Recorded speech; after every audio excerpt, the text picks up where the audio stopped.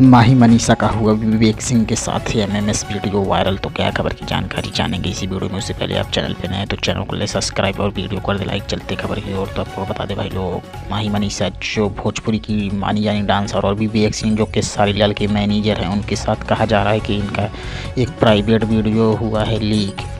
इसमें कितनी है सच्चाई जानेंगे इसी वीडियो में। आप अंत तक जरूर बने रहें। उससे पहले आप चैनल को जरूर सब्सक्राइब करें। तो आप लोग को बता दें भाई लोग, बात लीक हो रही है कि इंटरव्यू में विवेक सिंह ने कहा ऐसी कोई बात नहीं है, मेरा उनके साथ कोई रिश्ता नहीं है और उन दोनों के साथ मैंने कोई वीडियो लीक नहीं किया है।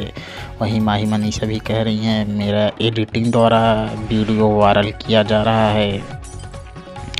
तो माही मनीषा भी अपने बात से मुकर रहे हैं और वहीं पे विवेक सिंह के तरफ से भी कोई बयान नहीं दिया जा रहा है। तो आने वाले समय में पता चल ही जाएगा।